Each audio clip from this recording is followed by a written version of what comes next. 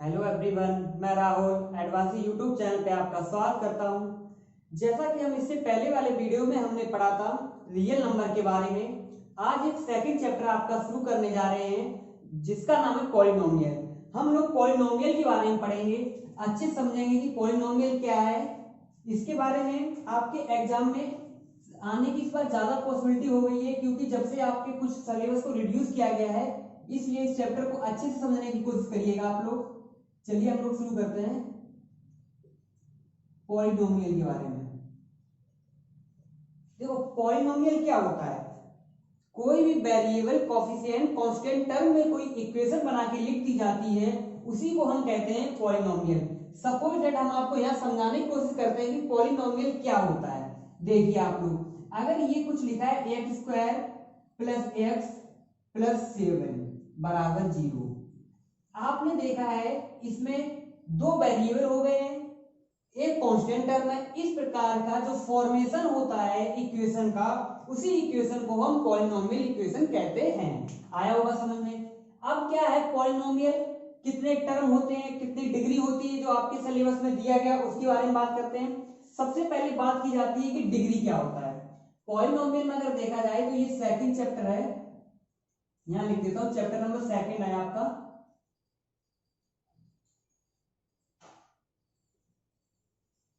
Polynomial के बारे में। अब हम लोग सबसे पहले बात करते हैं कि डिग्री क्या होता है पॉलिनोमियल में। सबसे पहले आपको बताने की कोशिश करता हूं डिग्री के बारे में।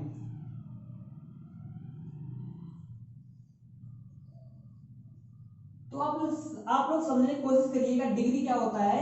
पॉलिनोमियल में किसी भी इक्वेशन में जो सबसे बड़ी पावर होती है उसी को हम डिग्री कहते हैं। जैसे अगर इसमें पूछा जाए, इस इक्वेशन में पूछा जाए कि इसकी डिग्री कितनी होगी, तो डिग्री का मतलब है जो हाईएस्ट पावर होगी।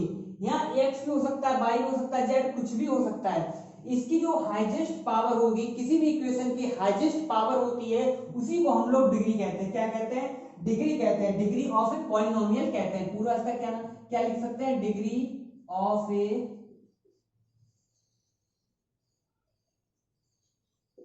पॉलिनोमियल। अब क्या लिखते हैं डिग्री ऑफ पॉलिनोमियल में हम लोग? The exponent of highest degree term of a polynomial is called degree. किसी भी एक्सपोनेंट की हाईएस्ट पावर जो होती है उसी को हम डिग्री कहते हैं। देखिए डिग्री ऑफ पॉलिनोमियल क्या होता है? The exponent of highest power of any polynomial is non it's degree. मतलब किसी भी पॉलिनोमियल इक्वेशन में किसी भी एक्सपोनेंट जो सबसे हाईएस्ट होता है, पावर होती है, उसी को हम क्या कहते हैं? डिग्री कहते हैं। जैसे हमने लिख दिया x square plus 7x plus 5x square. अब आपको नजर आ रहा होगा, इसको 5 स्क्वायर की जगह हम लोग लिख सकते हैं 5x क्यूब लिख देते हैं। इस पूरे इक्वेशन में अगर देखा जाए तो ये नजर आ रहा है किस एक्सपोनेंट x पे कितनी पावर है? 3। सबसे पावर ज्यादा कितनी है? 3। तो क्या हो गया इसका हमारा आंसर कि इस इक्वेशन की डिग्री कितनी हो जाएगी? 3। तो डिग्री के बारे में आप लोगों को समझ में आया होगा। चलते हम लोग आगे। अब बात आती है हमारा, तो अब बात करते हैं पॉलिनोमियल कितने प्रकार के होते हैं। पॉलिनोमियल इक्वेशन आपकी कितने प्रकार की होती हैं? How many type of polynomial equation. चलते हैं हम लोग, देख समझाने की कोशिश करता हूं। जो पॉलिनोमियल इक्वेशन होती हैं, पावर पे डिपेंड करता है, जितनी पावर उसी हिसाब से उसको पॉलिनोमियल इक्वेशन कहते हैं। देखिए सबसे पहले मैं समझाता हूं लीनियर पॉलिनोमियल।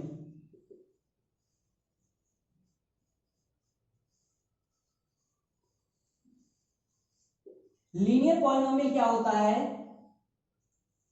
लीनियर पॉलिनोमियल वे इक्वेशन होती हैं जिसमें आपकी डिग्री कितनी होनी चाहिए? 1 होनी चाहिए। लीनियर पॉलिनोमियल में हमेशा डिग्री कितनी होगी?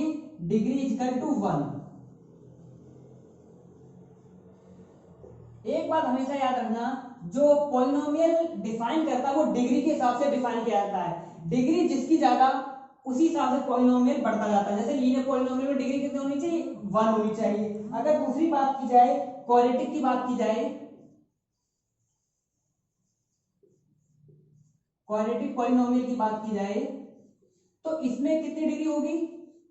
इसमें डिग्री 2 होगी। जो 2 डिग्री की कोई इक्वेशन होगी उसको हम क्या कह सकते हैं कि वो क्वाड्रेटर पॉलिनोमियल है। जैसे इसको एग्जांपल लेके आपको समझाते हैं।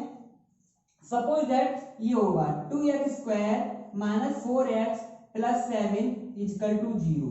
इस प्रकार की इक्वेशन, इसमें देखिए x प्लस 7 बराबर 0, ये इक्वेशन, ये हो गई आपकी लीनियर पॉलिनोमियल, ये हो गया आपका क्वाड्रेटर पॉलिनोमियल। थर्ड आता है क्यूबिक। क्या आता है थर्ड? क्यूबिक। क्यूबिक पॉलिनोमियल क्या होगा? जिसमें पावर कितनी होनी चाहिए? 3 या डिग्री 3, क्या कह सकते हैं? Degree equal to 3। क्या आप समझा, देखिए समझाता हूं।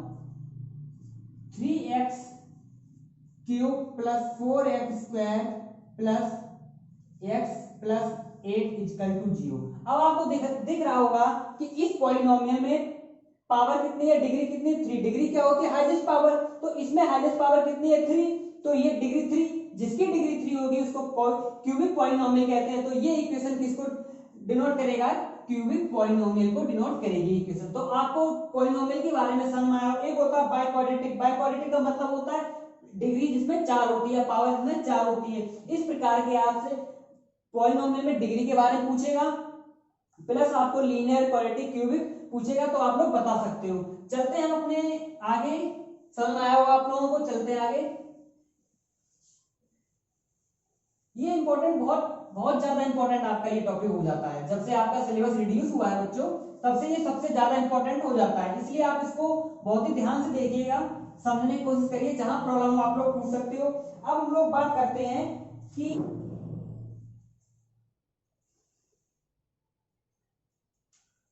चलिए चलते हैं हम नेक्स्ट टॉपिक की ओर। क्या कहता है? Relationship between the zeros and the coefficient of quadratic polynomial. Quadratic polynomial में हम लोग जीरोस की बात करते हैं, कोएफिशिएंट क्या है इस पे चर्चा करते हैं। चलिए हम समझाने की कोशिश करते हैं। एक इक्वेशन आपके सामने लेते हैं। क्या लेते हैं? इक्वेशन आपके सामने लेते हैं, उसके थ्रू आपको समझाने की कोशिश करेंगे। जैसे एक इक्वेशन है x² प्लस 7x प्लस 12 बराबर 0। इसमें क्या है? आपको नंबर ऑफ जीरो निकालने के लिए पूछा जाएगा। देखिए पहली बात आती है कि कोएफिशिएंट क्या होता है। किसी भी वेरिएबल के आगे जो कुछ डिजिट लिखी होती है उसको हम कोएफिशिएंट कहते हैं। जैसे x के आगे 7, x² के आगे 1 लिखा नहीं जाता, इसलिए माना जाता है जैसे 1 ऐसा लिखेंगे अच्छा नहीं लगेगा, इसलिए हम पहले से ही 1 इसको मान लेते हैं कि क्या क्या लिखा है? 1। तो इस प्रकार की इक्वेशन को पॉलिनोमियल इक्वेशन कहते हैं। और कोएफिशिएंट क्या होता है? ये। अब बात होती है जीरो क्या होते हैं। जीरोस की क्या बात है, आपको जीरोस के बारे में बताते हैं। जीरोस क्या होता है कि जो वैल्यू किसको, इस इक्वेशन को, x की वैल्यू, वे वैल्यू x की जो इस इक्वेशन को सेटिस्फाई करते हैं, उन इक्वेशन की वैल्यू को ही, उस इक्वेशन की वैल्यू को क्या कहते हैं? जीरोस कहते हैं। चलिए देखिए, अगर मान लो सपोज दैट यहाँ पर हमने x की वैल्यू 0 और 1 रखने के बाद देखा है कि ये 0 आ रहा है, 0 आ रहा है, तो क्या कह सकते हैं कि 0 एंड 1 क्या हो गया? इस इक्वेशन के जीरोस हो जाएंगे। तो ये क्या होगा? जीरोस निकल के आया। तो इस पे हम लोग अच्छे से इधर समझाने की कोशिश करते हैं। देखिए आप लोग समझने की कोशिश करिएगा। हम लोग बताते हैं, इसको पहले शुरुआत करते हैं। यहां से देखिए आपको x² plus 7x plus 12 equal to 0। इससे 9th क्लास में आप लोगों पर पढ़ा होगा। इसको ब्रेक किया है, स्प्लिट किया जाएगा। क्या किया जाता है? इसके फैक्टर निकालिए। प्लस करने पे 7x आना चाहिए, मल्टीप्लाई करने पे 12 आना चाहिए। हम इधर समझाते हैं। देखिए क्या है, 2 2 या 4 और 3 7 होता है, 4 3 7 होता है, और मल्टीप्लाई करने पे 12 आएगा। तो देखिए आप लोग,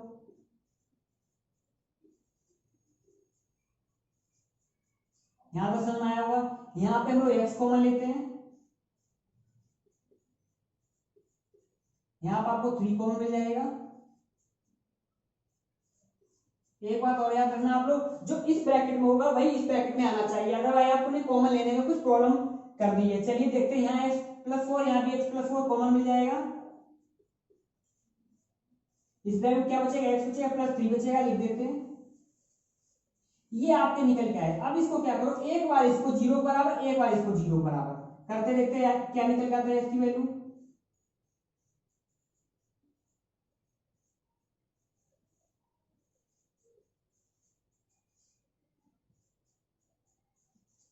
अब देखिए आप लोग, x की वैल्यू 2 निकल के आई है। क्या निकल के आई? एक तो x की वैल्यू निकल के आई है -4, एक x की वैल्यू निकल के आई है क्या?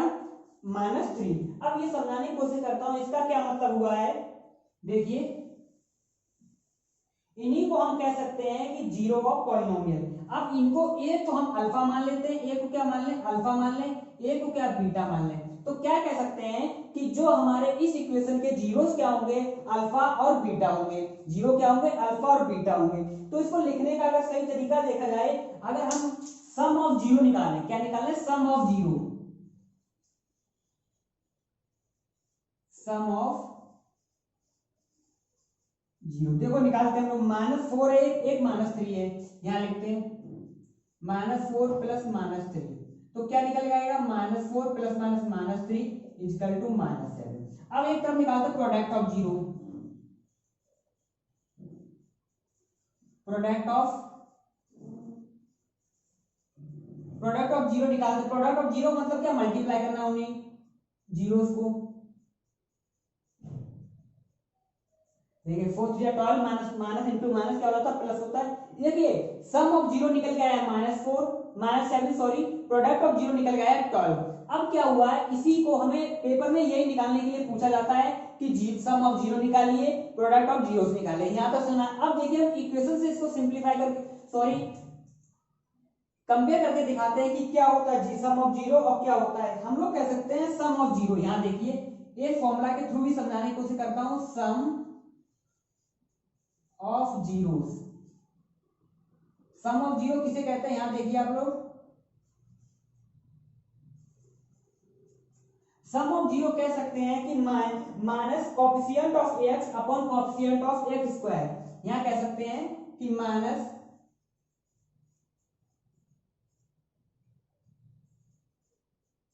कोफिशिएंट ऑफ एक्स अपॉन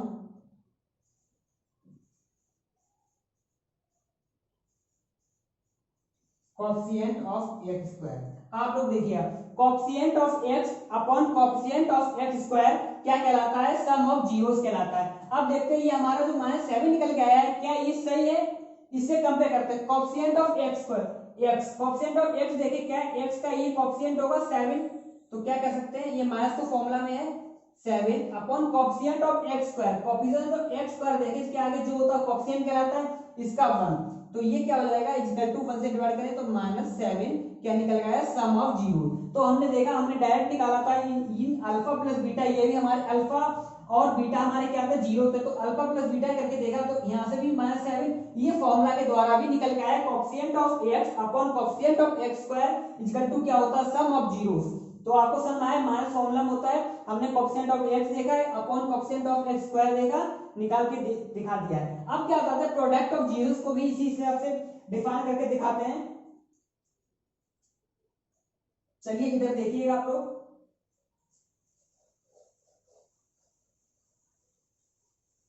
यहां लिखता हूं प्रोडक्ट ऑफ जीरोस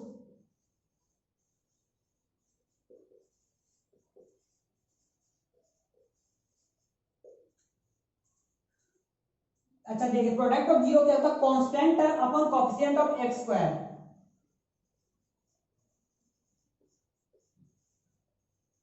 क्या होता है, constant term upon coefficient of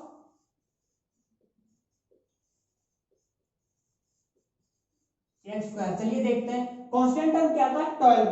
constant term कितना था, 12 था आपका।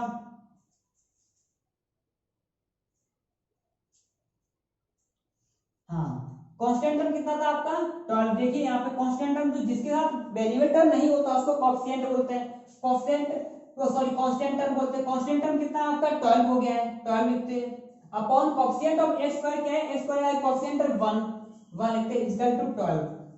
देखिए तो हमारा मल्टीप्लाई प्रोडक्ट ऑफ जीरो भी 12 आया था, फॉर्मूला के थ्रू भी आया। तो आपने क्या सीखा, किसी भी क्वाड्रेटिक पॉलिनोमियल में नंबर ऑफ जीरो निकालने के लिए कहा जाता है सम ऑफ जीरोस कहा जाता है, प्रोडक्ट ऑफ जीरो निकालने के लिए आपके सिलेबस में है। तो आपको ये फॉर्मूला के थ्रू समझ में आया होगा, ये प्रोडक्ट ऑफ जीरो कैसे निकाला हमने, या हम डायरेक्ट करते तो कैसे निकालेंगे, इसको स्प्लिट करके। ये आपका क्या था, क्वाड्रेटिक इक्वेशन का relationship between zeros and coefficient मैंने समझाने की कोशिश की है, आप लोगों को समझ में आया। इससे रिलेटेड जितने भी क्वेश्चन है आप लोग करिएगा, इससे नेक्स्ट वीडियो में हम और आपको इसी प्रकार के क्वेश्चन कराने की कोशिश करेंगे। चैप्टर नंबर 2 है आपका, ये एक्सरसाइज में भी होगी 2.2 होगी। ठीक है, हम लोग आगे मिलते हैं नेक्स्ट वीडियो में, तब तक के लिए थैंक यू, जय हिंद।